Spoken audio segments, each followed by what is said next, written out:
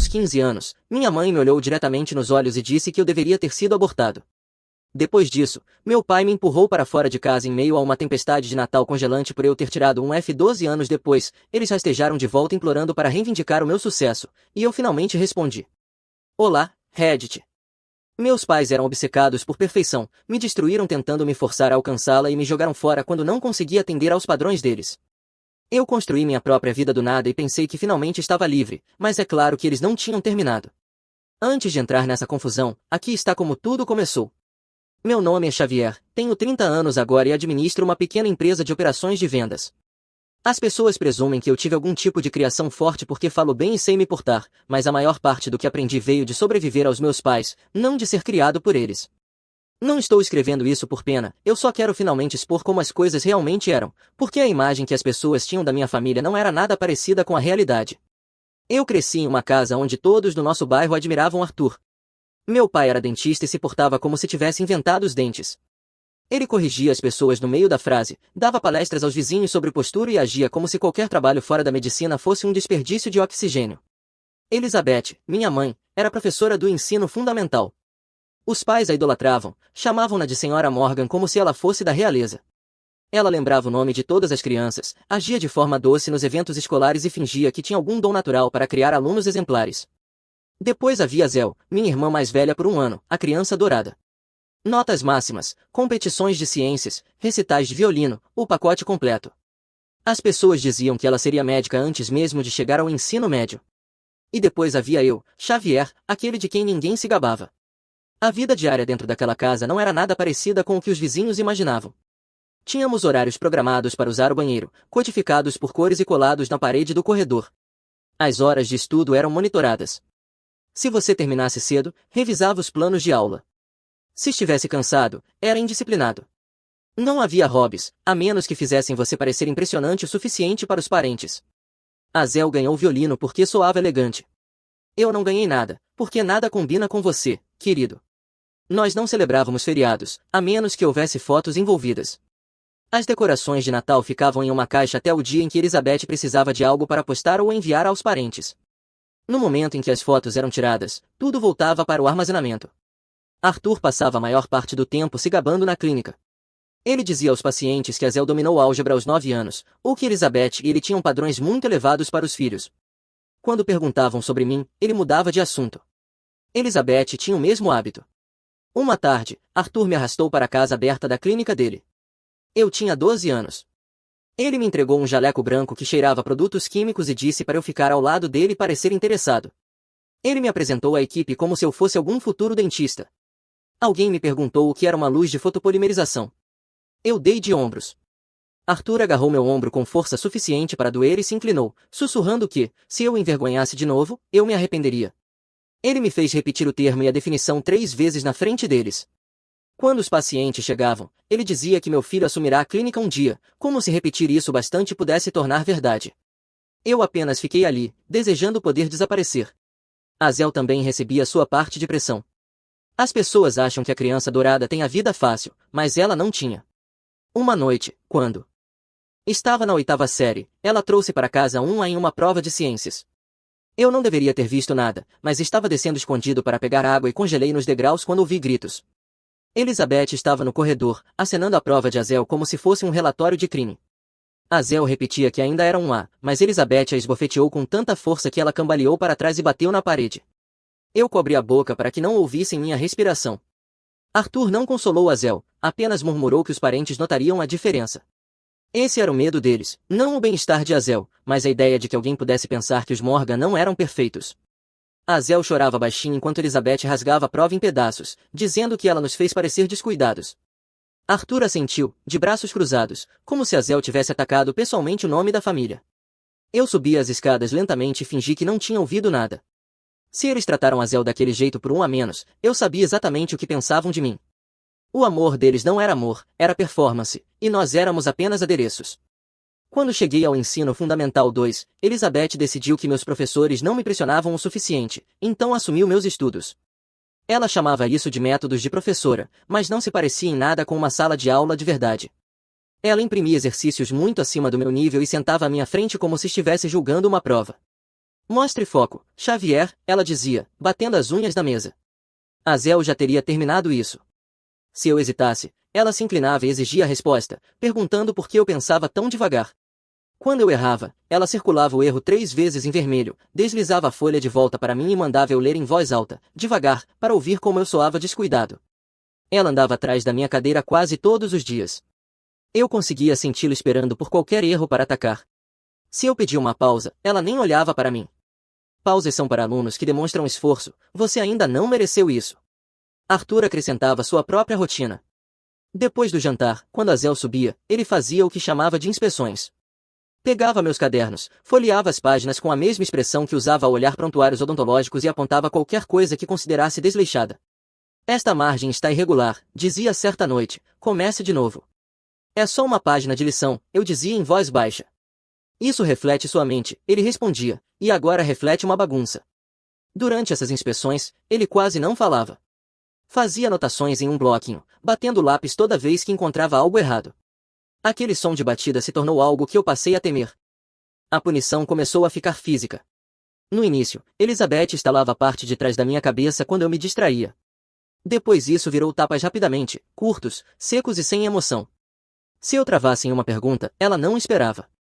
Refoque, ela dizia, batendo de leve, mas com firmeza, na minha bochecha. Pare de desperdiçar meu tempo. Arthur cuidava do que chamava de revisões disciplinares. Elas geralmente aconteciam aos domingos. Ele fechava as persianas, mandava eu ficar parado e usava o cinto sem elevar a voz. Isso é para o seu aprimoramento, ele dizia todas as vezes. Lembre-se disso. Aprendi cedo que chorar só fazia ele dizer que eu era sensível demais e que precisava endurecer. Um dia, na 8ª série, levei para casa um B em um teste de matemática. Elizabeth olhou para aquilo como se fosse uma intimação judicial. Ela entregou o papel a Arthur quando ele entrou pela porta. Ele segurou a folha entre 2 dedos e disse explique. Eu tentei. Disse que tinha errado a última parte. Isso não é uma explicação, ele respondeu. Colocou o papel sobre a mesa e disse para eu reescrever o capítulo inteiro, cada exemplo, cada exercício, até de manhã. Isso dava cerca de 20 páginas. Eu disse alguma coisa, ele nem piscou. Então é melhor começar. Fiquei sentado à minha escrivaninha até o sol nascer, com a mão travada e os olhos ardendo. Entreguei a pilha de papéis antes de ir para a escola. Ele folheou 3 páginas, assentiu uma vez e disse melhor. Azel percebeu o quanto eu estava fora de mim antes de sairmos para a escola. Em silêncio, ela colocou uma barra de cereal no bolso do meu moletom. Você devia comer alguma coisa, ela sussurrou. Eu não respondi, mas agradeci por dentro. Nossos pais gostavam de usar comida como forma de controle. Se eu tivesse um desempenho ruim, o jantar simplesmente desaparecia. A pressão sobre Azel também estava piorando. Ela conferia a lição de casa como se fosse radioativa, aterrorizada com a ideia de errar. Eu a ouvi murmurando para si mesma, não erra, enquanto apagava a mesma linha de matemática repetidas vezes. Mesmo assim, Elizabeth me culpava pelo estresse de Azel. Você está distraindo ela com seus fracassos, ela disse. Fique longe dela até se consertar. Azel não protestou, apenas manteve os olhos baixos. No 9º ano, algo em mim simplesmente desligou. Eu não decidi parar de tentar, simplesmente aconteceu. Cada folha, cada prova, cada aula parecia apenas ruído. Eu passava pelos dias como se estivesse debaixo d'água. Os professores perguntavam se eu estava bem, mas não insistiam. A maioria confiava demais em Elizabeth. Se eu escorregava em aula, diziam que minha mãe mencionou que eu andava rebelde ultimamente e seguiam em frente. Eu não era rebelde, eu estava cansado. O dia em que tudo explodiu na escola começou na aula de matemática. Eu deveria estar resolvendo exercícios, mas em vez disso estava desenhando pequenos cartões nas margens do caderno. Era a única coisa que me fazia sentir normal por alguns segundos. Minha professora passou, pegou meu caderno e suspirou. Xavier, de novo, ela disse, e ligou para casa. Aquilo foi um erro. 20 minutos depois, a porta da sala se abriu com violência.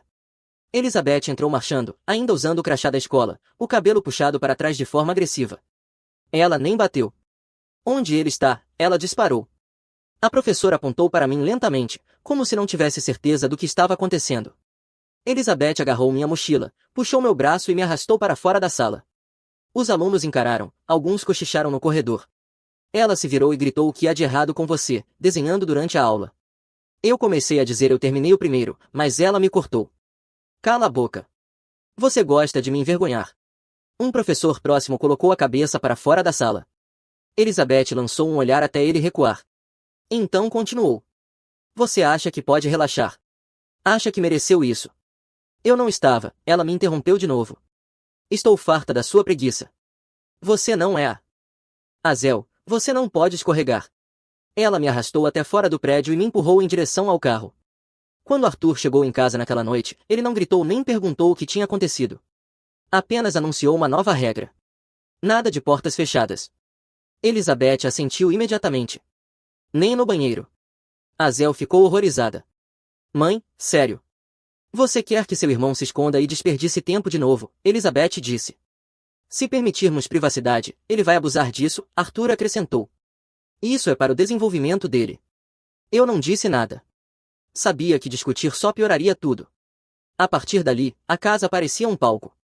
Se eu quisesse trocar de roupa, tinha que ir para um canto e torcer para ninguém passar. A regra do banheiro durou 3 dias, até Elizabeth perceber que não conseguia aplicá-la sem se prejudicar. Mas a regra do quarto ficou. A porta do meu tinha que permanecer aberta o tempo todo. Então encontrei pequenas formas de resistir. Durante os estudos, eu me escondia na lavanderia por alguns minutos até Elizabeth começar a gritar meu nome. Quando ela corrigia minha lição, eu rabiscava equações sem sentido nas margens só para irritá-la. Quando Arthur latia as instruções da rotina matinal, eu ignorava metade e andava mais devagar de propósito. Não era muito, mas me dava a menor sensação de controle.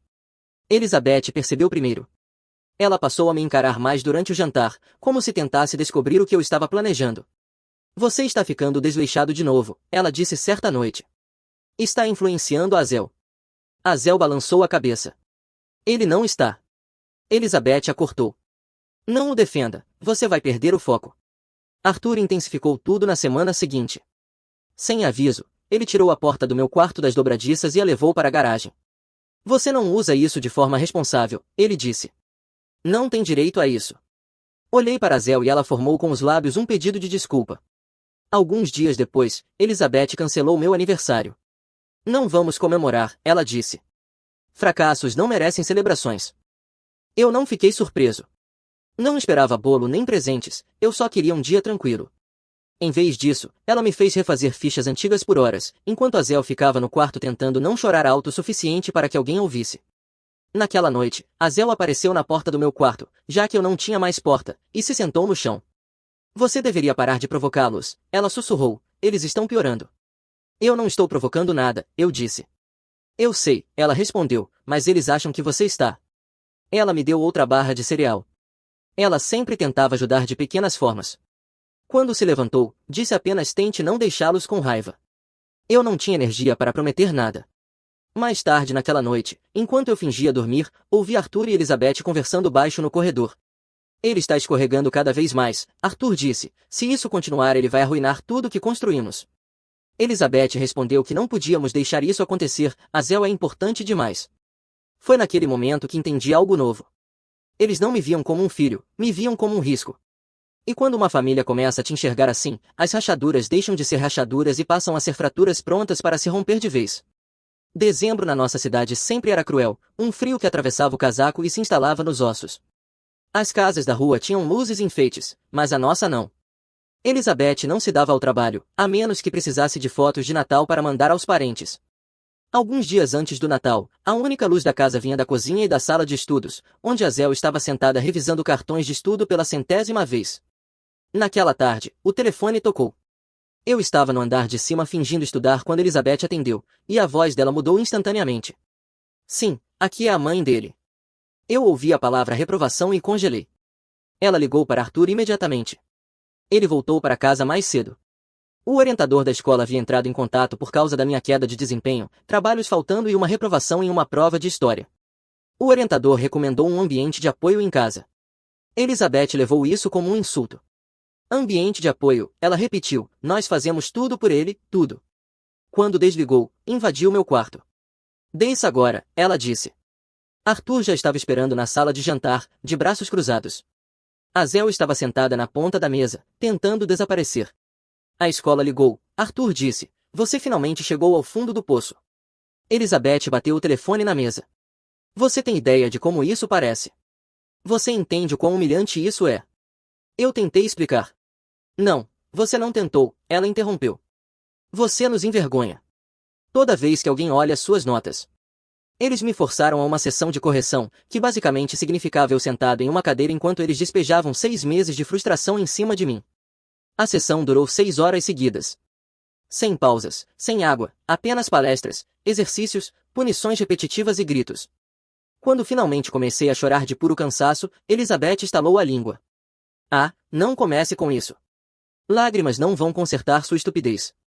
Eu estou tentando, eu disse baixo. Foi naquele momento que ela perdeu o controle. Tentando, ela repetiu, a voz tremendo. Tentando. Você não fez nada além de destruir tudo pelo que trabalhamos. Ela me deu um tapa tão forte que minha visão ficou turva. Azel soltou um suspiro de choque. Elizabeth se aproximou, tremendo de raiva. Eu queria que você nunca tivesse nascido. Arthur não disse nada. Você arruinou minha vida, ela continuou. Se eu soubesse que você acabaria assim, eu teria interrompido a gravidez. Ela me bateu de novo e de novo, não por disciplina dessa vez, mas por pura fúria. Eu não me movi. Apenas encarei o chão e deixei acontecer. Arthur finalmente interveio, mas não para impedi-la. Ele colocou a mão no ombro dela e disse: se acalme, ele não vale a pena ficar assim. Depois me encarou. Está ouvindo o que você está fazendo? Com sua mãe, ele disse. Você nem consegue passar em uma prova. Está puxando esta família inteira para baixo. Desculpa, eu sussurrei. Eu não preciso de peso morto na minha casa, Arthur disse. Se você não gosta das regras daqui, então vá embora. Leve esse cérebro inútil com você. Azel começou a chorar baixinho na escada. Elizabeth pegou minha mochila do chão e jogou em mim. Saia, ela disse. Volte quando puder trazer algum valor para o nome da família. A sala ficou em silêncio. Eu não discuti. Algo dentro de mim simplesmente esvaziou. Peguei a mochila, subi e arrumei algumas roupas, um moletom velho, algumas meias. Nada mais parecia meu.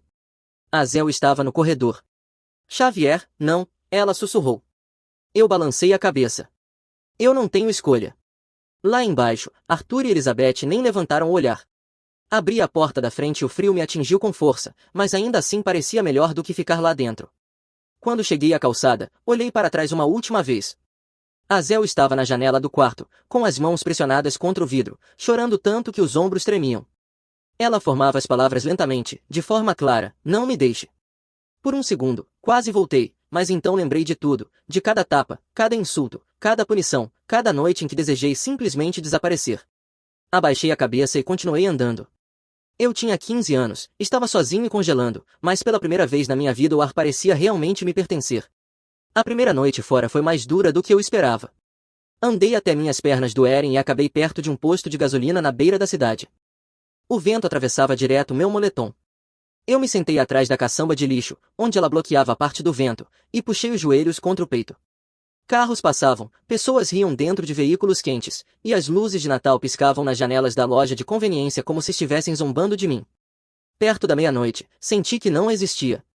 Uma viatura da polícia passou pelo estacionamento. Eu congelei, torcendo para que não me vissem. O policial saiu e caminhou em direção à caçamba. Está tudo bem, garoto? Ele perguntou. Eu assenti rápido e disse que só estava esperando um amigo. Ele olhou para o meu moletom fino, depois para o céu. Está congelando. Você tem para onde ir? Eu menti, dizendo que sim, que só estava tentando me aquecer. Ele não pareceu convencido, mas não insistiu. Tudo bem, não fique por aqui por muito tempo. Quando ele foi embora, soltei um suspiro trêmulo. A última coisa que eu queria era ser levado de volta para casa. Eu preferia congelar do lado de fora, voltar para Arthur e Elizabeth. Fiquei atrás do posto até o sol nascer, dormindo quase nada. Minhas mãos estavam rígidas e eu não sentia os dedos dos pés. Eu sabia que precisava encontrar comida e algum lugar quente. Depois de andar pela cidade por algumas horas, vi um pequeno restaurante local, com vapor embaçando as janelas da frente. A placa dizia Carlos Grill em letras vermelhas desbotadas. Fiquei parado na porta por um minuto antes de empurrá-la. Lá dentro cheirava café e ovos fritos. Um homem na casa dos 40 anos olhou para cima atrás do balcão. Ele tinha olhos cansados, uma barba grisalha e um avental de cozinha coberto de farinha. Está perdido? Ele perguntou. Não, eu disse, hesitando. Eu estou procurando trabalho, qualquer coisa. Ele me examinou, minha mochila, meu rosto cansado, o jeito que eu tremia. Quantos anos você tem? 16. Eu menti rápido demais. Ele arqueou a sobrancelha. Você não parece ter 16. Eu tenho. Ele me encarou por um longo segundo, mas não discutiu. Sabe lavar pratos? Eu menti de novo. Ele apontou com o polegar para o fundo. As pias ficam ali. Tente não quebrar nada. E assim, eu tinha um emprego. A cozinha era quente, barulhenta e apertada. Minhas mãos estavam dormentes no começo, mas a água quente ajudou. Eu esfregava panelas e pratos tentando me manter de pé. Depois de um tempo, Carlos entrou. Você trabalha quieto, ele disse. Isso é ruim? Perguntei. Não, ele respondeu, só é raro. Perto do horário do almoço, ele empurrou um prato na minha direção. Come isso antes de cair no chão. Eram ovos mexidos e torradas. Eu comi rápido, rápido demais talvez, mas ele não comentou, apenas encheu meu copo de água antes de voltar para o balcão. Naquela noite, ele me deixou sentar em uma das mesas do canto por uma hora depois de fechar. Fique aqui dentro até eu trancar tudo, ele disse. O frio está piorando. Ele não perguntou onde eu estava ficando nem por que eu não estava na escola. Ele simplesmente me deixou ficar. Depois daquela primeira noite, aprendi rápido a ser invisível. Eu dormi em cantos protegidos atrás do restaurante, em uma lavanderia por uma hora se ninguém percebesse, em uma escadaria se a porta não travasse direito, qualquer lugar que barrasse o vento. Parei de ir à escola porque não podia arriscar ser forçado a voltar para casa e evitava meu antigo bairro como se fosse radioativo. Eu mantinha a cabeça baixa, trabalhava e tentava ocupar o menor espaço possível. Não era um plano, era sobrevivência. Nos dias seguintes, Carlos se tornou algo como uma âncora silenciosa. Não um amigo, não uma figura paterna, apenas alguém que me tratava como um ser humano em vez de um projeto ou uma decepção. Ele me deixava comer sobras, me corrigia quando eu lavava os pratos errado e, às vezes, dizia coisas como apareça no horário amanhã, o que de alguma forma soava como incentivo. Numa tarde, enquanto limpava uma pilha de panelas pesadas, minha visão ficou turva. Tentei me apoiar, mas tudo girou e eu desabei contra o balcão. Quando recobrei a consciência, estava deitado no chão, com Carlos ajoelhado ao meu lado. Você está queimando de febre, ele disse. Quando foi a última vez que você dormiu? Eu murmurei que estava bem. Não, você não está, ele disse. Sente-se. Vou pegar água. Ele trouxe uma garrafa pequena e um prato com pão. Come, ele disse. Você não pode trabalhar assim. Eu disse que precisava do dinheiro.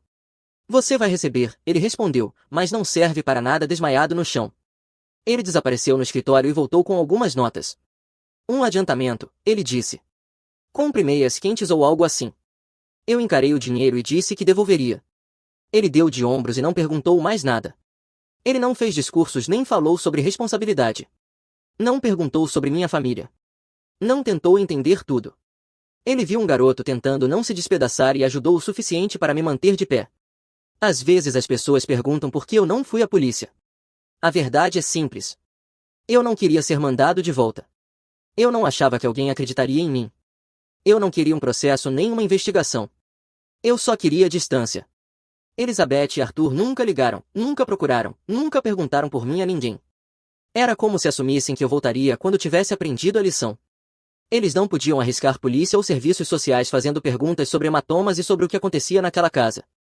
Denunciar meu desaparecimento significaria pessoas de fora olhando de perto demais, então fizeram o que sempre faziam, protegeram a imagem e esperaram que eu rastejasse de volta. Mas eu não voltei.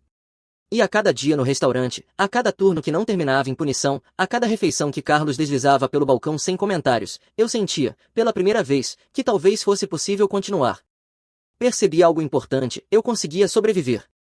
Trabalhar no Carlos Grill se tornou minha base sem que eu percebesse. Fiquei lá por quase 3 anos, chegando antes do nascer do sol e saindo depois de fechar. Lavei pratos até meus dedos enrugarem, limpei balcões até brilharem e aprendi a acompanhar o ritmo de uma cozinha movimentada. Carlos nunca me elogiou, nunca fez discursos, nunca tentou ser uma figura paterna. Ele apenas esperava que eu trabalhasse, pela primeira vez na minha vida, as expectativas eram claras e justas. Depois de economizar o suficiente, passei para outros trabalhos, turnos em armazéns, varejo, vendas por telefone, rotas de entrega. Eu aceitava qualquer coisa que pagasse e nunca reclamava, porque não tinha para onde voltar. Comia refeições baratas, dividia quartos apertados e aprendi a falar com as pessoas, porque meu sustento dependia disso. Tudo o que sei sobre disciplina e persistência veio da sobrevivência, não de nada que Arthur ou Elizabeth alegassem ter me ensinado. Aos 25 anos, eu já tinha experiência suficiente para começar algo próprio. Abri uma pequena empresa de suporte em vendas. Não era glamourosa. Meu escritório ficava em um prédio antigo, com luzes piscando e uma janela que não fechava direito. Os clientes eram instáveis, alguns pagavam atrasado, outros nunca pagavam, mas aos poucos as coisas melhoraram. Aos 27 anos, eu tinha contas fixas e uma equipe pequena. Não era riqueza, mas era estabilidade, algo que nunca tive enquanto crescia. Achei que meu passado tinha ficado para trás, até a Zel me encontrar. Aconteceu numa tarde chuvosa de um dia de semana. Eu estava organizando faturas, na metade de um café frio, quando meu telefone vibrou com um número desconhecido. Normalmente eu ignorava, mas algo me fez atender. Uma voz baixa disse, Xavier. Eu congelei, o peito apertou. Quem é? É a Azel. Eu me levantei automaticamente, como se meu corpo tivesse reagido antes da mente. Azel, como? Onde você está? Estou na cidade, ela sussurrou. Eu só preciso te ver, por favor. Combinamos de nos encontrar atrás do Carlos Grill depois que ele fechasse. Cheguei cedo e fiquei andando de um lado para o outro no beco como um adolescente nervoso. Eu não vi a Zel desde a noite em que fui embora. Na minha cabeça, ela ainda era garota chorando na janela. Mas quando ela saiu das sombras, não parecia nada com a menina que eu lembrava. Ela tinha 28 anos agora. A postura era rígida, o casaco fechado até o pescoço como uma armadura. Usava óculos e os olhos estavam exaustos, aquele tipo de cansaço que o sono não resolve. O cabelo estava bem preso, mas as mãos mexiam sem parar na alça da bolsa. Quando me viu, parou de andar. É mesmo você, ela disse. Sou eu mesmo, respondi. Ficamos ali, sem jeito. 12 anos de silêncio não desaparecem em um minuto. Você está bem, ela disse em voz baixa. Você também, eu respondi, mesmo sabendo que ela parecia carregar o peso de uma vida inteira. Ela cruzou os braços contra o peito. Não posso ficar muito tempo. Eles acham que estou estudando com colegas. Você ainda mora com eles? Perguntei. Ela assentiu. Eles dizem que sair de casa arruinaria meu foco. Estou na faculdade de medicina agora. Esse sempre foi o caminho dela desde que aprendeu a andar. Eles nunca me deixaram esquecer que você foi embora, ela continuou. Dizem que você abandonou a família. Dizem que vai se arrepender quando sua vida desmoronar. Eu não respondi, apenas deixei que ela falasse. Eu tentei te encontrar, ela disse, mas eles bloquearam tudo. Às vezes até checavam meu telefone. Se eu perguntava sobre você, ficavam desconfiados. Engoli em seco. Desculpa. Não seja, ela disse rápido. Eu entendi por que você foi embora. Eu te invejei por isso. Ouvir aquilo doeu mais do que qualquer coisa que eu tivesse imaginado. Ela deu um passo mais perto. Eu queria te avisar. Eles sabem do seu negócio. Meu estômago se contraiu. Como? Um vizinho comentou, ela disse. A mãe falou que sua fase rebelde deve ter acabado. O pai disse que você finalmente percebeu que a disciplina deles funcionou. Eles estão planejando entrar em contato. Ela fez uma pausa. Eles acham que trazer você de volta para a família vai fazer eles parecerem bem. Claro, eu murmurei. Azel levantou o olhar para mim, os olhos marejados. Estou com medo por você. Eles não vão pedir desculpas. Eles vêm para reivindicar o crédito. Ficamos em silêncio de novo. A respiração dela saía em pequenas nuvens brancas. Você poderia ir embora, eu disse. Você é adulta. Ela balançou a cabeça. Eu não tenho isso em mim, não como você. Fiquei tempo demais. Ela enfiou a mão no casaco e tirou um papel dobrado. Eu guardei isso. Não sei por quê. Eu escrevi na noite em que você foi embora. Ela colocou o papel na minha mão com cuidado. Eu preciso ir, ela sussurrou. Se eles descobrirem que saí tão tarde. Eu assenti. Se cuida. Ela esboçou um sorriso pequeno e triste. Fico feliz que você tenha conseguido sair, mesmo que eu não tenha. Então ela se virou e foi embora, desaparecendo rapidamente na esquina. Mais tarde naquela noite, no meu escritório, abri o bilhete. Desculpa. Eu queria poder ir com você. 12 anos depois, ela ainda estava presa. 12 anos depois, eles ainda tinham poder sobre ela. 12 anos depois, eles finalmente estavam vindo atrás de mim. E, pela primeira vez em muito tempo, senti algo parecido com medo. Mas também percebi outra coisa. Eu tinha sobrevivido, eu tinha construído algo e eu não era mais aquele garoto de 15 anos. Meu negócio finalmente estava estável quando a primeira mensagem chegou. Vi a notificação tarde da noite, enquanto checava meu e-mail e os alertas ligados à empresa. O nome quase não registrou de início. Elizabeth Morgan. Sentimos sua falta. Esperamos que você esteja bem. Seu pai e eu estamos orgulhosos de como você se tornou. Fiquei olhando por alguns segundos, depois virei o telefone para baixo e continuei trabalhando. Nenhuma reação, nenhuma emoção. Eu não tinha mais 15 anos. Não estremeci com o nome dela nem com a voz dela na minha cabeça. Eu simplesmente não me importava. Na manhã seguinte, vieram mais 3 mensagens. Vamos nos reconectar. Família é importante. Está na hora de voltar para casa. Apaguei todas. 2 dias depois, o tom mudou. Você nos deve uma conversa. Depois de tudo que sacrificamos. É assim que você nos agradece. A Zel está preocupada com você. Essa última me fez parar. A Zel nunca usava culpa, então eu sabia que estavam usando o nome dela. Mandei uma mensagem simples para ela. Você pediu para eles entrarem em contato comigo? Ela respondeu quase na hora. Não. Eles acharam a página da sua empresa. Eu te avisei que iam. Depois disso, começou a enxurrada. Arthur passou a seguir todas as minhas contas públicas. Elizabeth comentava em fotos antigas como se fossemos próximos. Filho bonito, tão orgulhosa de você.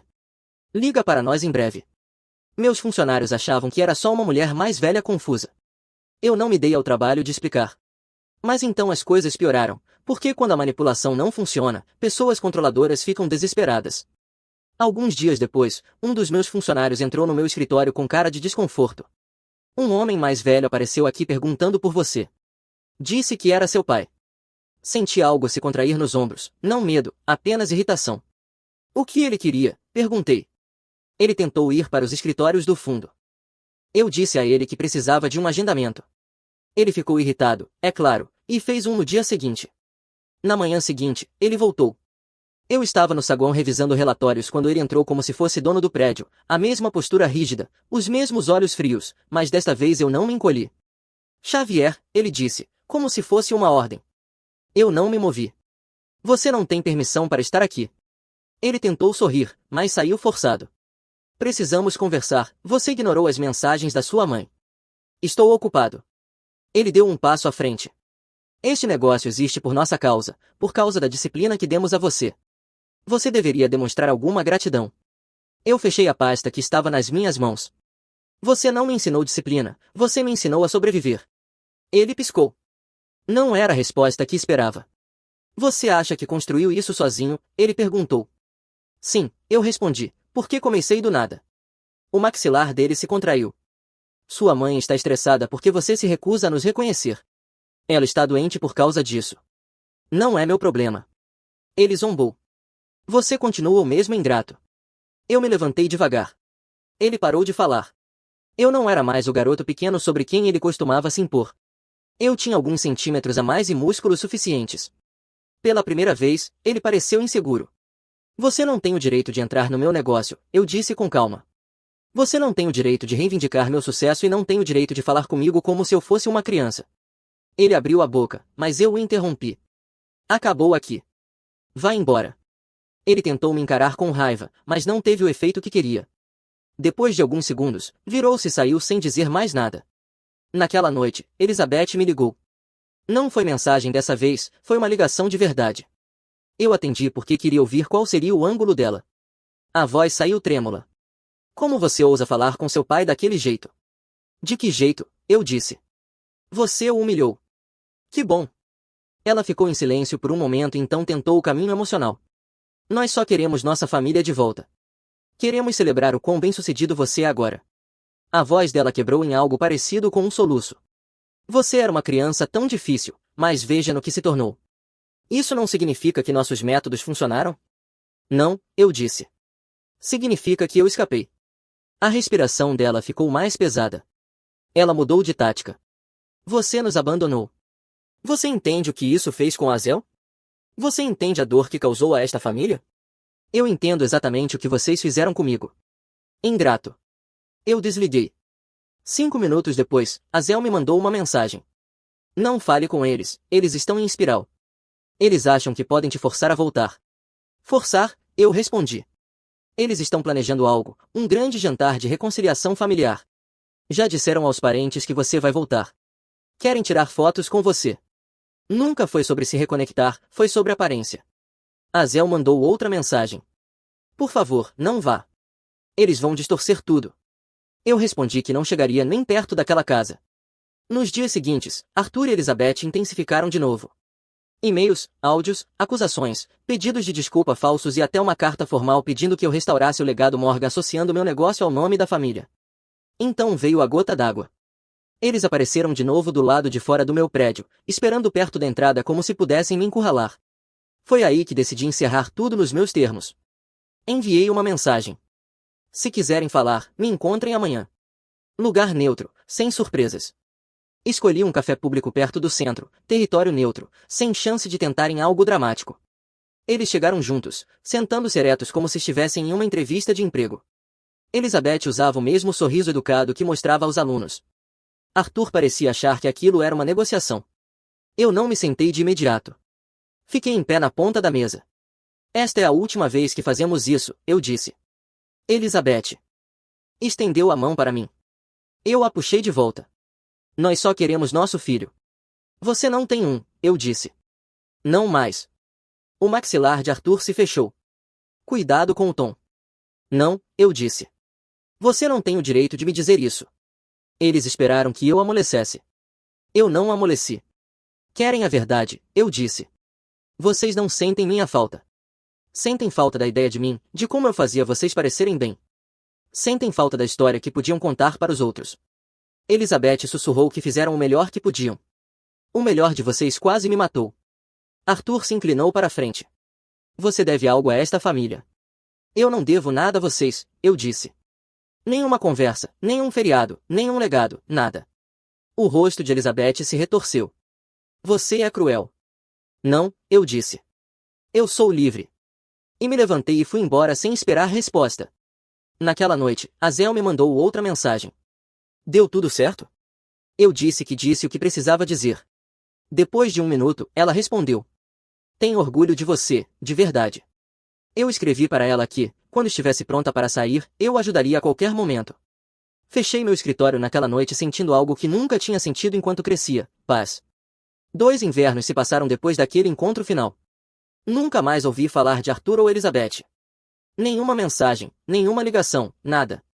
Eles finalmente tinham aprendido que eu não era uma criança que podiam encurralar. Azel e eu mantivemos contato em silêncio. Ela ainda estava terminando o curso de medicina e tentando sobreviver naquela casa. Eu nunca a pressionei, apenas lembrava que ela não estava sozinha. Perto do fim do último ano, ela me ligou com a voz mais firme que eu já tinha ouvido. Vou me mudar, ela disse. Cansei de deixar que eles comandem minha vida. Quando pediu ajuda para arrumar as coisas, eu disse sim. Naquele fim de semana, colocamos tudo em uma pequena van. Ela ficava olhando para a casa como se ela finalmente tivesse encolhido até o tamanho real. Quando terminamos, ela me abraçou. Você saiu e continuou seguindo em frente, ela sussurrou. Isso facilitou para eu acreditar que também podia. Carlos apareceu enquanto descarregávamos as coisas, entregou comida quente a ela e disse que começar de novo é mais fácil com o estômago cheio. Foi simples, mas nos trouxe chão. Depois disso, a vida ficou mais estável, não perfeita, apenas real. Meu negócio cresceu, Azel construiu uma rotina e, às vezes, nós 3 jantávamos juntos. Arthur e Elizabeth diziam aos parentes que agora éramos independentes, reescrevendo a história mais uma vez, mas isso não importava. A versão deles da realidade não me alcançava mais. Todo Natal desde que saí de casa aos 15 anos eu evitava decorações, mas no ano passado Azel me trouxe uma pequena estrela prateada. Não precisa mais significar algo ruim, ela disse. Eu a coloquei na prateleira ao lado da minha primeira fatura da empresa e da chave reserva do restaurante do Carlos. Ver aquelas 3 coisas juntas pareceu estranho no começo, depois pareceu certo. Azel foi embora com a promessa de visitar novamente. Carlos mandou mensagem perguntando se eu precisava de ajuda para limpar a neve. Eu disse que não e ele apareceu mesmo assim. Pela primeira vez na minha vida, o futuro não parecia algo do qual eu precisava fugir. Parecia algo no qual eu podia entrar, com as 2 mãos abertas. Se você gostou deste vídeo, por favor, clique no botão de inscrição. Isso ajuda muito o canal e nos ajuda a trazer histórias cada vez melhores. Obrigado. O novo CEO me demitiu sem perceber que eu era o único que sabia falar árabe com nossos maiores clientes. Ela me chamou de inútil e disse que a empresa precisava de energia mais jovem, então eu fui embora 4 dias depois. Ela se arrependeu. Ei, Reddit, fui demitido numa manhã de quinta-feira. Não demorou muito para eles levarem um choque de realidade. Pegue sua pipoca e aproveite o show de merda. O convite do calendário apareceu às 8 da manhã. Sem assunto, apenas sala 5B obrigatória. Meu nome é Garret, 53 anos, masculino, responsável sênior de ligação para operações no Oriente Médio. Eu falava árabe fluentemente, entendia a diferença entre um aperto de mão que fecha um negócio e um que encerra um relacionamento, e tinha passado 3 anos morando em Sharjah antes que a maioria dos meus colegas conseguisse sequer encontrá-la em um mapa. Eu não entrei em pânico quando vi aquele convite. Não liguei para ninguém, apenas fechei meu laptop, peguei meu casaco no encosto da cadeira e caminhei em direção ao quinto andar como se fosse pegar um café. Os corredores pareciam mais silenciosos. Algumas pessoas fizeram contato visual e rapidamente desviaram o olhar. É assim que você sabe quando pessoas que normalmente acenam começam a tratar você como um fantasma. O aviso já está escrito na parede. A sala 5B era uma daquelas salas de reunião estéreis, com vidro fosco e absolutamente nada nas paredes, apenas uma mesa longa, 3 cadeiras e aquele leve cheiro de limpador industrial de carpete. Vitória já estava sentada na cabeceira da mesa quando eu entrei. Ela era CEO havia exatamente 47 dias, trazida de alguma empresa de capital de risco depois que nosso CEO anterior se aposentou. O conselho a adorava porque ela usava palavras como otimização e realinhamento estratégico em cada frase. O comentário pelo escritório era que ela tinha sido trazida especificamente para cortar gordura. Ela já tinha demitido 17 pessoas no primeiro mês, principalmente gerentes intermediários e funcionários seniores, os caros, os que tinham conhecimento institucional e salários negociados, os que sabiam onde todos os corpos estavam enterrados. Ela tinha esse hábito irritante de suspirar alto sempre que alguém dizia algo que ela considerava abaixo dela, o que aparentemente era a maioria das coisas que a maioria das pessoas dizia. Ela interrompia no meio da frase, terminava os pontos das pessoas de forma incorreta e depois agia como se estivesse ofendida quando tentavam corrigi-la. Eu já a tinha observado em algumas reuniões gerais antes disso. Sentada ao lado de Vitória estava Denise, do RH. Ela tinha uma pasta Manila à sua frente e a caneta já estava sem tampa. Eu me sentei, dobrei as mãos sobre a mesa e esperei. Vitória deu uma olhada no celular, pegou, verificou algo e colocou de volta, como se aquela conversa já estivesse demorando mais do que ela tinha planejado. Finalmente ela levantou o olhar e nem se deu ao trabalho de trocar gentilezas. Ela tinha uma maneira de falar que supostamente soava autoritária, mas parecia alguém que tinha lido livros demais sobre liderança. Senhor Nash, obrigado por se juntar a nós.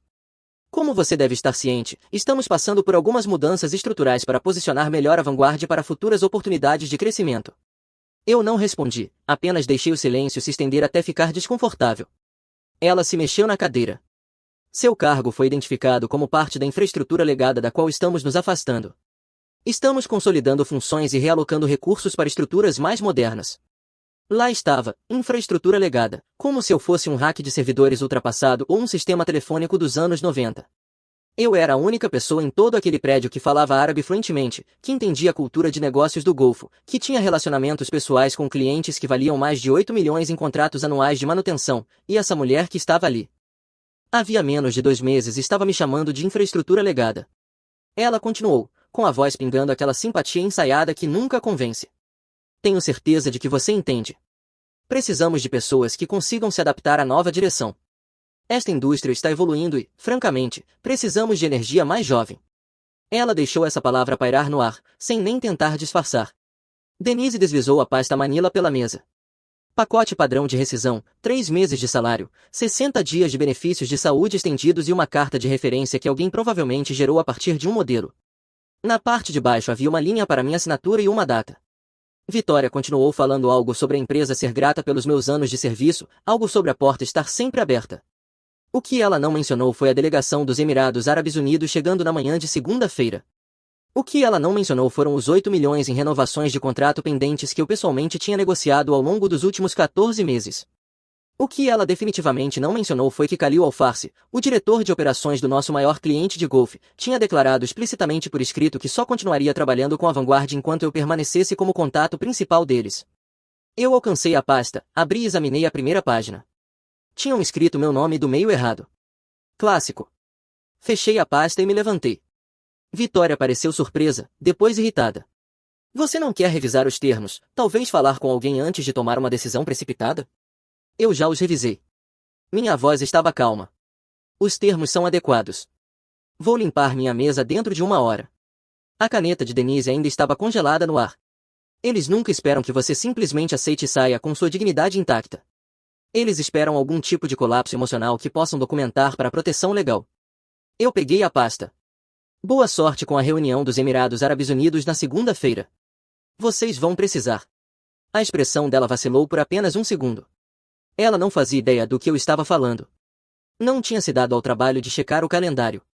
Não sabia que Khalil e toda a equipe técnica dele estavam voando de Dubai para finalizar a maior renovação de contrato da história da Vanguard, um acordo que eu tinha cultivado por 14 meses. Um relacionamento que construí do zero depois que os parceiros americanos anteriores os insultaram de forma tão grave que eles juraram nunca mais trabalhar com empresas ocidentais. Desculpa, que reunião? Ela perguntou, mas eu já estava saindo, deixando que ela descobrisse sozinha. Eis a verdade sobre o mundo corporativo americano: eles adoram falar sobre mercados globais e expansão internacional. Eles colocam isso nos sites deles, nos relatórios anuais, naqueles folhetos brilhantes que distribuem em conferências do setor, mas quando chega a hora de realmente investir nas pessoas que fazem esses relacionamentos globais funcionarem, eles nos tratam como peças intercambiáveis. Ninguém na Vanguard jamais perguntou como eu consegui os contratos de golfe em primeiro lugar, nenhuma vez, nem durante a integração, nem durante as avaliações de desempenho, nem mesmo quando as renovações começaram a se acumular ano após ano como um relógio. Para eles era apenas mágica. Clientes árabes continuavam assinando, continuavam expandindo, continuavam indicando colegas, e eu era apenas o cara quieto que por acaso estava ligado àquela mágica. Eles não sabiam que eu tinha passado meus 20 anos vivendo no exterior, primeiro na Jordânia, trabalhando para uma empresa americana de serviços petrolíferos que tentava se estabelecer na região, depois nos Emirados Árabes Unidos, onde fui contratado por uma empresa local de manutenção industrial e passei 3 anos aprendendo as verdadeiras nuances das regulamentações do setor de energia, da etiqueta comercial e da diferença entre uma negociação que constrói confiança e uma que a destrói. Permanentemente. Eu aprendi árabe da maneira difícil, não em uma sala de aula, mas em pátios de equipamentos, salas de controle de refinarias e negociações madrugada adentro, onde uma palavra errada podia afundar um contrato de vários milhões de dólares. Eles não sabiam sobre as mudanças de fuso horário de 12 horas que eu enfrentava sem reclamar, atendendo ligações às 3 da manhã porque esse era o horário conveniente para um cliente em Riad, reorganizando toda a minha vida em torno dos feriados islâmicos. Por que deixar de cumprimentar alguém no EI podia atrasar um relacionamento por meses? Eles nunca viram as mensagens privadas do gerente de operações do Khalil, aquelas que sempre começavam com irmão Garret, sua palavra é ouro, aquelas em que ele me pedia opinião sobre assuntos que não tinham nada a ver com nossos contratos, porque confiava na minha discrição. Quando o filho dele estava considerando cursos de engenharia nos Estados Unidos, ele me pediu recomendações. Quando a empresa dele estava avaliando um novo fornecedor de equipamentos, ele me pediu para revisar as especificações técnicas. Esse é o tipo de confiança que leva anos para ser construída e segundos para ser destruída. O que a Vanguard via era uma planilha, 4 contas sob o meu nome, números de receita que pareciam decentes, mas não espetaculares, comparados aos contratos domésticos mais chamativos. Eles presumiam que meu trabalho era tradução mecânica, encaminhamento de e-mails, coordenação básica, coisa de nível inicial.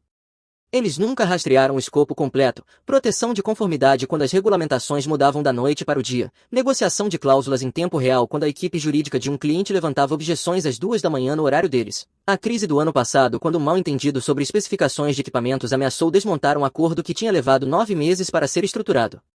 Um de nossos gerentes de conta juniores tinha enviado um orçamento com os números de peças errados, e a equipe de compras do cliente achou que estávamos tentando cobrá-los a mais em $50 mil. Quando eu descobri, eles já tinham redigido uma reclamação formal e copiado o departamento jurídico. Mais 2 dias e teria virado uma alegação de quebra de contrato. Eu resolvi esse problema em um domingo, voei para Dubai por conta própria, me sentei com o diretor financeiro deles tomando um café forte, revisei cada item pessoalmente e expliquei que tinha sido um erro administrativo honesto. Assinamos a renovação 3 semanas depois, por 12% a mais do que o contrato original. Ninguém soube dessa viagem, ninguém perguntou por quê. Meus relatórios de despesas às vezes incluíam voos. De fim de semana, eles apenas viam os números e presumiam que tudo estava funcionando perfeitamente, porque era isso que eu fazia parecer. As pessoas que constroem as coisas não se dão ao trabalho de explicar como elas funcionam, apenas as mantêm funcionando, e as pessoas que herdam essas coisas raramente apreciam o quão complicado tudo é até que algo quebre. Eu sabia exatamente o que ia quebrar e sabia exatamente quando. Passei as primeiras 24 horas depois de ser demitido sem fazer absolutamente nada relacionado ao trabalho. Não chequei e-mail, não liguei para nenhum contato, não atualizei o LinkedIn nem comecei a procurar recrutadores. Em vez disso, dirigi até a casa do meu irmão. Danny é professor de oficina no ensino médio. Ele também é a única pessoa na minha vida que consegue me chamar de idiota na cara e fazer isso soar como um elogio. Crescemos em uma casa onde nosso pai trabalhava com dutos e nossa mãe gerenciava a recepção de um hotel. Ninguém tinha diploma em negócios, ninguém entendia opções de ações, mas todo mundo entendia que você aparece, faz o trabalho e não deixa ninguém passar por cima de você. Cheguei por volta das 4 da tarde com um pacote de 6 cervejas de raiz e um saco de salgadinhos de posto de gasolina. Ele levantou o olhar quando eu estacionei. Você parece alguém cujo cachorro foi atropelado e depois passaram por cima de novo para conferir. Fui demitido. Ele limpou as mãos em um pano que estava mais sujo do que as próprias mãos. A nova mulher? Ela me chamou de infraestrutura legada. Dani soltou um resmungo. Infraestrutura legada. Essa é nova. Normalmente eles só dizem que você não se encaixa na cultura ou algo assim. Ele me jogou uma bebida. Então, o que você realmente fazia? Nada, ela está cortando custos. Eu sou caro. Você também é o único motivo pelo qual eles têm aqueles contratos árabes, certo? Isso. Dani balançou a cabeça lentamente. Então ela é estúpida, absurdamente. O tipo perigoso de estúpida ou o tipo que se corrige sozinho? Pensei por um segundo. O tipo que acha que é inteligente. Ah, o pior tipo. Ele voltou para o bloco do motor. Bem, pelo menos você não vai ter que ver isso explodir por dentro. Pode aproveitar daqui de fora. Os filhos dele chegaram do treino por volta das 6. Dormi no quarto de hóspedes naquela noite. Foi a primeira noite inteira de sono que tive em meses. No sábado de manhã, voltei para casa e passei o dia limpando meu apartamento. No sábado à tarde, meu amigo Nico ligou. Somos amigos desde a faculdade. Hoje ele comanda uma churrascaria lá nos subúrbios, onde o aluguel é barato e os fiscais da saúde são simpáticos. O lugar se chama Low and Slow e é exatamente o que o nome diz. Alguns anos atrás eu o ajudei a negociar um contrato de aluguel com um proprietário árabe, o que é como ele soube das minhas habilidades com idiomas. O proprietário tentou inserir uma cláusula de aumento automático de aluguel. Eu percebi, o Nico conseguiu um acordo melhor e nunca esqueceu disso. Ouvi dizer que você levou o machado, ele disse sem rodeios. Esse é o Nico, a notícia corre rápido. Indústria pequena. Você está bem? Estou bem, na verdade. Melhor do que estive em meses. Esse é o primeiro estágio, negação. Depois vem a raiva e então comer compulsivamente minha carne de porco desfiada. Eu ri. Foi a primeira risada de verdade desde que saí da sala 5B e agradeço o diagnóstico. Falando sério, se precisar de qualquer coisa, me liga. Tenho um quarto extra e acesso ilimitado a carnes defumadas. No domingo, tirei todas as pastas da prateleira do meu escritório em casa. Papel físico, rotulado por região, por cliente, por tipo de regulamentação. Páginas que eu tinha anotado à mão, porque algumas nuances técnicas não se traduzem bem para formatos digitais. Sentei no chão e folheei materiais que não via havia anos. Alguns eram de negócios que nunca se concretizaram. Outros eram de relacionamentos que esfriaram antes de chegar à fase de contrato. Mas todos tinham uma coisa em comum. Eram meus, construídos por mim. Não porque alguém tivesse pedido, mas porque eu sabia que um dia o conhecimento institucional importaria mais do que a lealdade institucional. Esse dia tinha chegado. Passei a noite de domingo fazendo ligações. Não para implorar por um emprego nem para falar mal da Vanguard, apenas para me reconectar com pessoas com quem trabalhei ao longo dos anos. Ex-clientes que tinham ido para novas empresas, colegas dos meus tempos nos Emirados Árabes Unidos que abriram seus próprios negócios, um diretor de compras no Bahrein chamado Yusuf que certa vez me disse que eu era o único americano que entendia que negócios são sobre pessoas, não contratos. As conversas foram curtas, colocando a conversa em dia, plantando sementes, deixando as pessoas saberem que eu estava disponível sem soar desesperado. Nesse ramo, a reputação viaja mais rápido do que currículos. Disse a todos a mesma coisa. Deixa eu passar pela próxima semana primeiro. Tenho a sensação de que as coisas vão ficar interessantes. A delegação dos Emirados Árabes Unidos chegou à sede corporativa da Vanguard exatamente às 9 da manhã de segunda-feira. 3 SUVs pretos entraram na entrada circular. Khalil Al-Farsi foi o primeiro a sair, vestindo um terno cinza carvão impecável, com uma kefir drapeada sobre os ombros. Ele estava acompanhado por seu gerente de operações, seu assessor jurídico e 2 especialistas técnicos que eu reconheci de visitas anteriores a campo. Eu obviamente não estava lá para ver nada disso pessoalmente, mas fiquei sabendo dentro de uma hora, e quem me contou foi Omar Zai. Omar, ou Oz como todo mundo o chamava, era o administrador de segurança da Vanguard. Tinha pouco mais de 30 anos, vivia à base de cafeína e falava quase exclusivamente em sarcasmo. Usava as mesmas 3 camisetas de bandas em rodízio, tinha uma coleção de teclados mecânicos sobre os quais falava como outras pessoas falam dos próprios filhos, e tinha desenvolvido a reputação de saber tudo o que acontecia na rede antes de qualquer outra pessoa. Oz e eu tínhamos nos aproximado alguns anos antes por uma apreciação compartilhada do comportamento corporativo absurdo. Ele certa vez descreveu o trabalho dele como observar adultos tomarem decisões de 6 dígitos com base em informações que poderiam ter obtido em 5 minutos de pesquisa no Google. A mensagem dele chegou por volta das 10 da manhã. Cara, você precisa ouvir isso, me liga. Liguei de volta. O que está acontecendo? Cara, Cara. Ele estava rindo, rindo de verdade.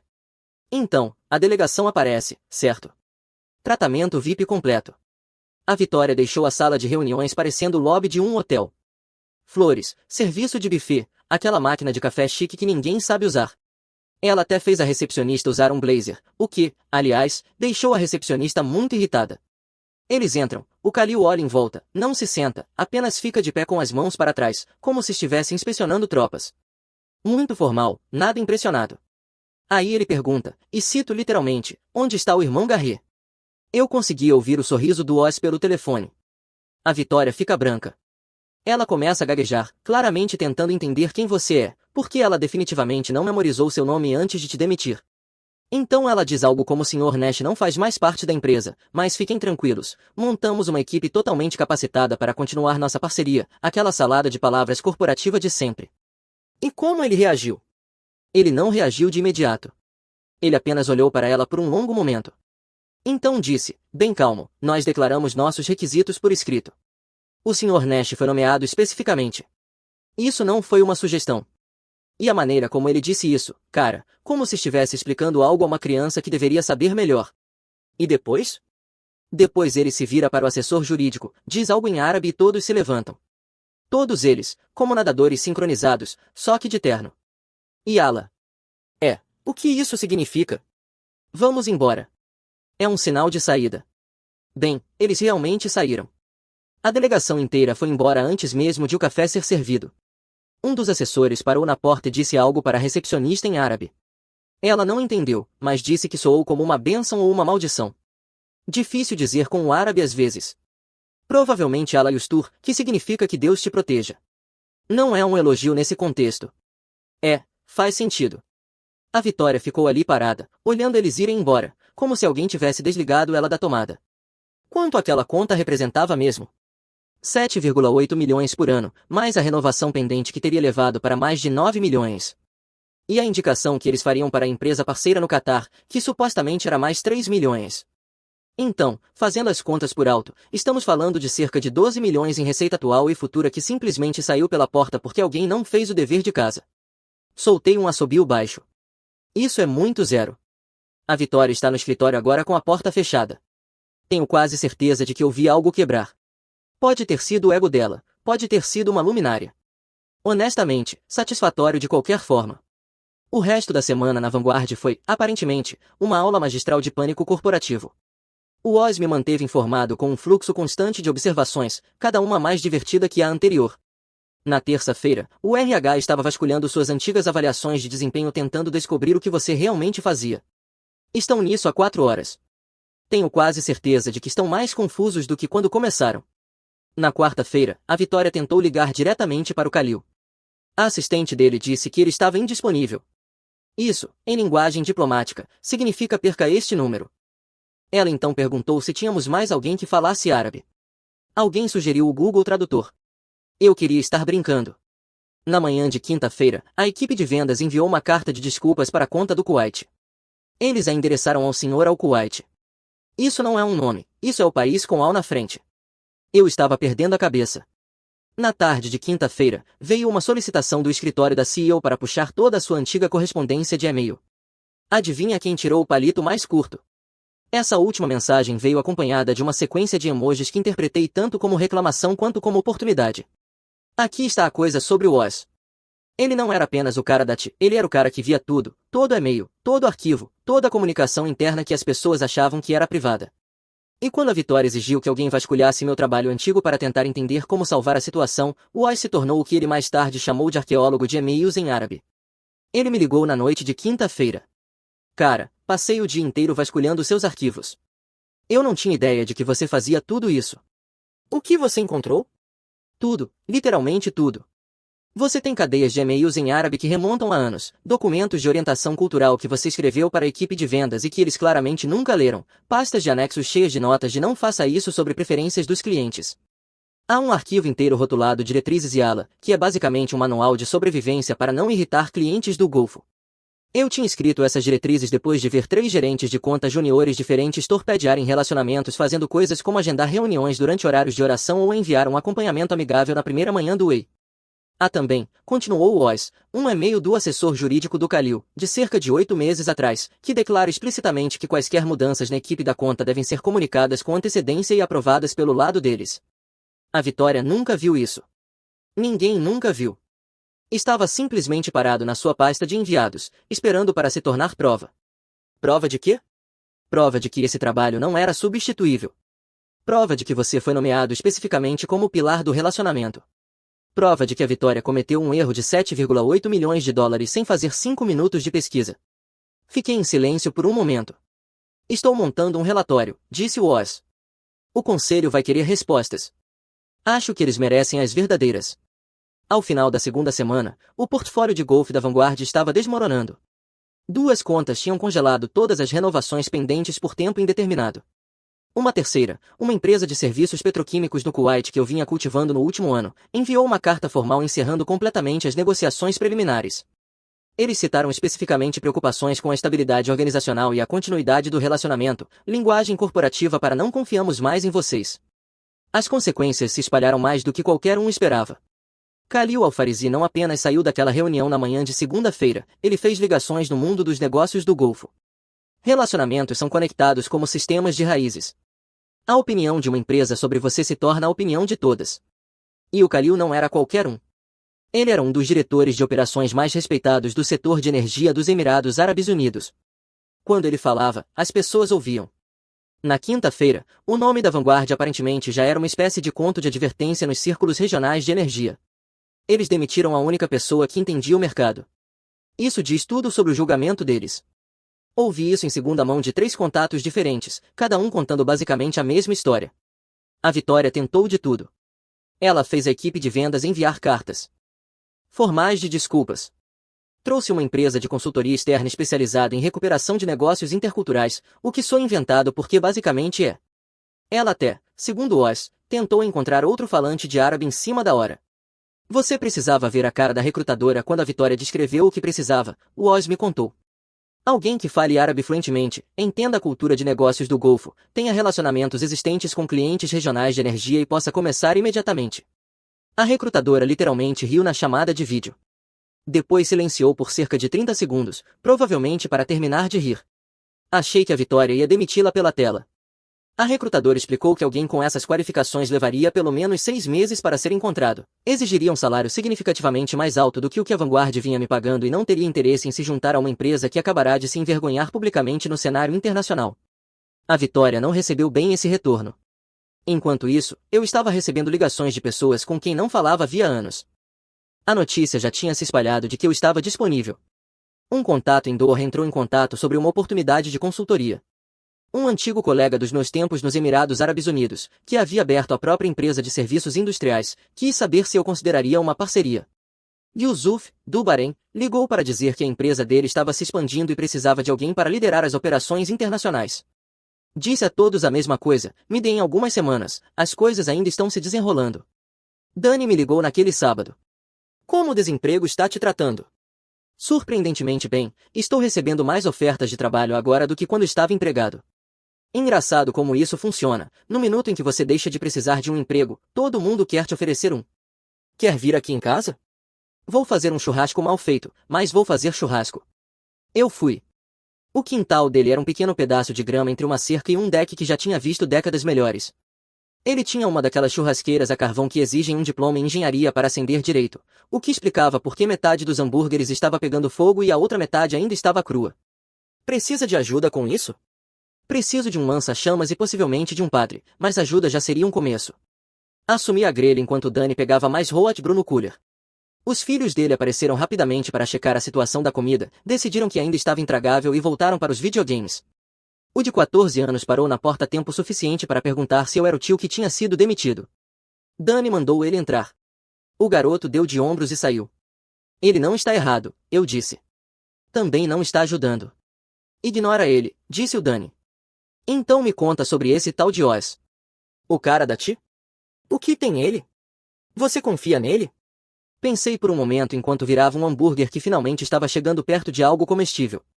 Sim, na verdade. Ele é uma dessas pessoas que odeiam tanto jogos corporativos que acabam se tornando confiáveis por acidente. Sem agenda, só realmente entretido em ver tudo desmoronar. Dani balançou a cabeça. Você voltaria se eles pedissem? Pensei um pouco. Depende dos termos. Dani apontou a espátula para mim. Seja pago, aconteça o que acontecer, seja pago. O Oz me ligou numa quarta-feira, 3 semanas depois de eu ter sido demitido. Relatórios prontos, 37 páginas, e está lindo. Ele vinha trabalhando nisso desde aquela noite de quinta-feira em que começou a vasculhar meus arquivos. Agora estava completo, uma linha do tempo abrangente mostrando exatamente o que eu tinha feito, exatamente quais avisos eu tinha sinalizado, exatamente que documentação existia e que a Vitória nunca tinha se dado ao trabalho de ler, incluindo o e-mail do assessor jurídico do Kalil que o próprio Kalil tinha mencionado durante a saída. Como você vai entregar isso ao conselho? Não diretamente, isso me tornaria um alvo e eu gosto do meu emprego. Vou entregar para Denise do RH. Ela é legalmente obrigada a escalar achados relevantes para o jurídico geral. O jurídico geral é legalmente obrigado a informar o conselho sobre potenciais questões de responsabilidade. Cadeia de custódia, meu amigo.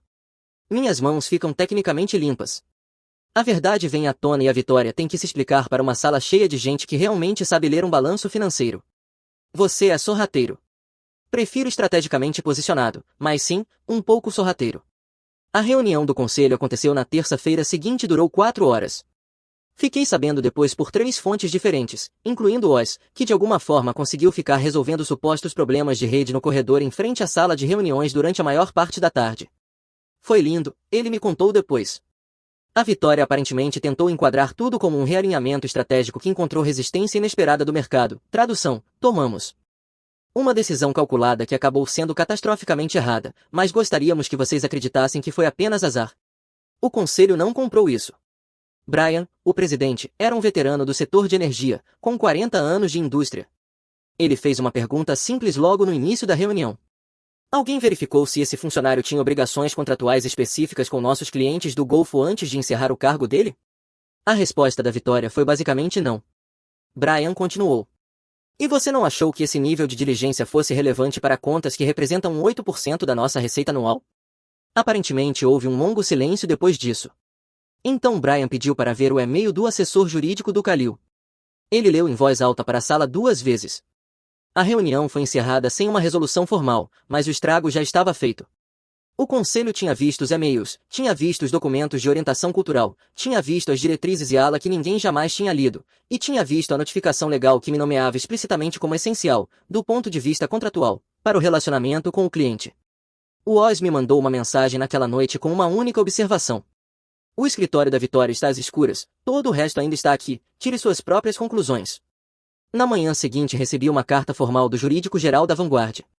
Eles queriam discutir possíveis arranjos de consultoria e estavam abertos a termos flexíveis que reconhecessem o valor dos relacionamentos institucionais. Mostrei a carta ao Nico. Eles estão implorando, basicamente. Você vai ajudar? Depende do que eles estão oferecendo. Seja pago absurdamente. Bem, aparentemente todo mundo na minha vida tinha o mesmo conselho.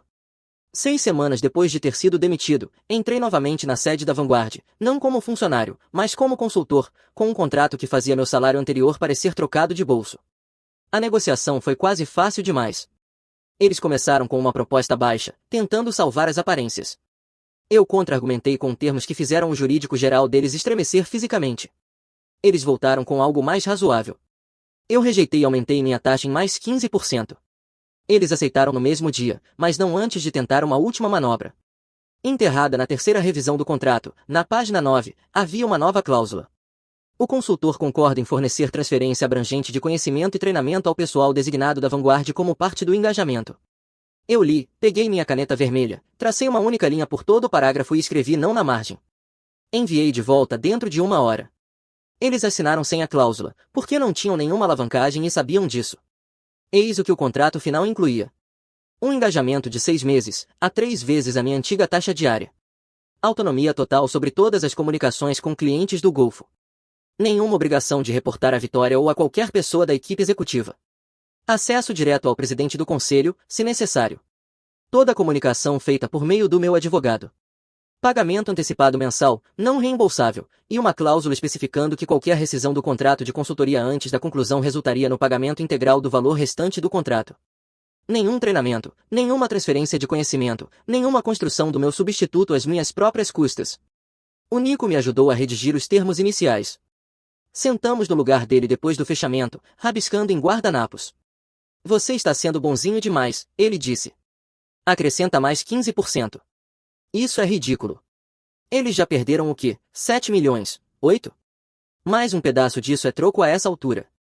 Eles não estão pagando pelo seu tempo, estão pagando pelo erro deles. Faça eles sentirem. Eles aceitaram em 48 horas, porque não tinham escolha. O dano já estava feito. Os clientes com quem eu tinha construído relacionamentos ao longo de anos não estavam interessados em reconstruir a confiança com uma empresa que tinha demonstrado um julgamento tão ruim, mas alguns deles estavam dispostos a pausar a saída se eu voltasse ao cenário, não trabalhando exatamente para a Vanguard, mas trabalhando com a Vanguard. No meu primeiro dia como consultor, atravessei o saguão da Vanguard como se nunca tivesse saído, exceto pelo fato de que agora eu tinha um crachá de visitante em vez de um crachá de funcionário e absolutamente nenhuma obrigação de participar de reuniões que eu não quisesse. A recepcionista me reconheceu e fez uma expressão visível de surpresa. Eu acenei de leve. Ela pareceu confusa e depois divertida. A notícia se espalharia pelo prédio em menos de uma hora. O cara que eles tinham demitido estava de volta e não estava usando um crachá de funcionário. Passei pelo escritório da Vitória. Tecnicamente ela ainda era CEO, embora o conselho tivesse instalado o que chamavam de um comitê estratégico de supervisão que revisava todas as decisões importantes dela, linguagem corporativa para não confiamos mais em você, mas demiti-la acionar ao pacote de rescisão e nos faria parecer ainda piores. Ela levantou os olhos quando passei. Fizemos contato visual por cerca de 2 segundos. Eu fiz um pequeno aceno com a cabeça. Ela desviou o olhar primeiro. Oz me alcançou no corredor. Ele carregava seu enorme café de sempre e vestia o que parecia ser a mesma camiseta de banda da última vez que eu o tinha visto. Machala, o filho pródigo retorna, ele disse alto o suficiente para que algumas pessoas nos cubículos próximos olhassem. Uma delas era do financeiro. Ela estava na vanguarda havia mais tempo do que eu. Ela me fez um pequeno aceno. Você andou praticando seu árabe? Sim. Ele caminhou ao meu lado. Então, qual é o plano? Vai salvar a pele deles? Vou estabilizar o que puder ser estabilizado. 2 das contas provavelmente estão perdidas de vez. A equipe do Khalil não confia mais em ninguém aqui, mas ele está disposto a conversar se eu for quem conduz a conversa. E a Vitória só tem que ficar sentada e assistir você consertar a bagunça dela. Essa é a ideia. Oz sorriu. Lindo. Sabe o que é isso? Isso é luta livre profissional. Você é o mocinho fazendo seu grande retorno, ela é a vilã recebendo o que merece e eu sou o narrador fazendo os comentários. Os 3 meses seguintes foram intensos. Voei para Dubai 2 vezes, me reuni pessoalmente com a equipe do Khalil e, pouco a pouco, reconstruí a confiança que a Vitória tinha destruído em 15 minutos de arrogância. Não foi fácil. Confiança, uma vez quebrada, não simplesmente se recompõe. Exige prova, consistência, aparecer repetidas vezes até que as pessoas acreditem que você realmente vai ficar. A primeira viagem foi basicamente controle de danos. Khalil foi cordial, mas reservado. O assessor jurídico dele fez perguntas diretas sobre a estabilidade organizacional da Vanguard. Respondi com honestidade. A empresa tinha cometido um erro, o conselho estava lidando com isso e eu estava de volta em um papel com autonomia total. A segunda viagem foi diferente. Khalil me convidou para jantar na casa dele. Na cultura de negócios do Golfo, isso é algo grande. Significa que você passou de fornecedor a contato de confiança. Conversamos sobre o curso de engenharia do filho dele, sobre política energética regional, sobre os desafios de trabalhar com empresas americanas que não entendiam que relacionamentos não são itens de planilha que você corta de um orçamento. Ao final daquele jantar, a conta foi salva. Não totalmente restaurada ao ponto em que estava antes, mas estável, seguindo adiante em vez de desmoronar. Consegui salvar 2 das 4 contas em risco. As outras 2 se foram, perdidas para concorrentes que já rondavam como tubarões desde que a saída abrupta tinha começado a circular nos meios do setor. Ainda assim, consegui negociar termos de saída, que não incluíam processos judiciais ou reclamações formais. Dado quão mal as coisas poderiam ter terminado, isso foi de fato uma vitória. O dano financeiro total ficou em torno de 6 milhões de dólares em contratos perdidos e mais 2 milhões em custos de contenção, taxas jurídicas, honorários de consultoria e despesas de viagem. Não foi tão ruim quanto poderia ter sido, mas foi ruim o suficiente para que o conselho começasse a fazer perguntas difíceis sobre como aquilo tinha acontecido. Vitória renunciou 4 meses depois de me demitir. O comunicado oficial dizia que ela estava buscando outras oportunidades para alavancar sua visão estratégica. A história real, segundo Oz, era que o conselho tinha dado a ela uma escolha: renunciar com dignidade ou ser demitida por justa causa com documentação completa anexada ao seu registro permanente. Ela escolheu a porta número 1. Jogada inteligente, pelo que ouvi. Ela foi trabalhar em uma empresa de consultoria em Austin, daquelas que ajudam empresas a otimizar suas estratégias de capital humano. Eu genuinamente esperava que ela tivesse aprendido alguma coisa, mas não contava com isso. Meu contrato de consultoria com a Vanguard terminou após 6 meses. A essa altura, eu já tinha aceitado um cargo permanente na empresa do Yusuf, no Bahrein, como chefe de operações internacionais, baseado no Golfo, com viagens regulares de volta aos Estados Unidos. Salário melhor, cargo melhor, cultura melhor, pessoas que realmente entendiam que você não constrói um negócio cortando as pessoas que construíram seus relacionamentos. A proposta se concretizou ao longo de uma série de ligações telefônicas e um jantar muito longo em Manama. Yusuf expôs sua visão: expandir para novos mercados, construir parcerias em toda a região, competir com empresas americanas que continuavam tropeçando em minas culturais que nem sabiam que existiam. Ele precisava de alguém em quem os clientes do Golfo confiassem. Você não é apenas um intermediário, ele disse, você é uma ponte, e pontes são difíceis de construir. E a melhor parte, Khalil Al-Farsi transferiu seus contratos para a empresa do Yusuf especificamente porque eu estava lá. 7,8 milhões em negócios anuais transferidos diretamente por causa de um relacionamento construído ao longo de anos de presença constante, promessas cumpridas e compreensão de que, nesta parte do mundo, os negócios funcionam com base na confiança. Dani veio à minha festa de despedida no restaurante de churrasco do Nico, meu irmão, meu melhor amigo e cerca de 30 outras pessoas que tinham acompanhado toda a história ao longo de 6 meses. O lugar estava lotado. Nico tinha fechado o Low and Slow mais cedo especificamente para a ocasião, o que significava acesso ilimitado ao defumador e uma conta aberta. Eu certamente iria me arrepender na manhã seguinte, mas valeu cada centavo. Dani estava contando a história da renúncia da Vitória para um grupo de pessoas que nunca a tinham conhecido, mas a odiavam por princípio. Ele tinha ficado surpreendentemente bom na imitação ao longo dos últimos meses. Precisamos de energia mais jovem, ele disse com uma voz aguda, fazendo aspas no ar com os dedos. A mesa inteira caiu na risada.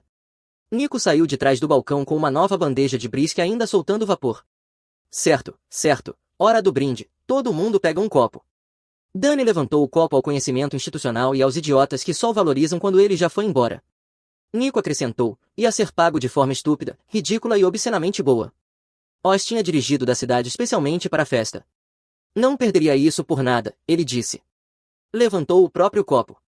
E ao arqueólogo de e-mails em árabe, sem o qual nada disso teria sido devidamente documentado e entregue às autoridades de supervisão apropriadas. Olhei ao redor para as pessoas que tinham ficado comigo durante tudo aquilo. Esses eram os relacionamentos que realmente importavam, os que apareciam quando as coisas ficavam difíceis. Levantei meu copo. A Vitória aprendeu a lição, ao custo de milhões de dólares e da própria carreira. Eu também aprendi a minha. Alguns nomes não podem ser substituídos. Algumas pontes, uma vez queimadas, permanecem queimadas para sempre. E agora o sol do Golfo é implacável, o café é mais forte do que qualquer coisa que eu já tenha tomado e, quando os clientes perguntam quem está cuidando do relacionamento, só existe uma resposta. Irmão Garret. Se você gostou deste vídeo, por favor clique em se inscrever. Isso ajuda muito o canal e nos ajuda a trazer mais e melhores histórias. Obrigado.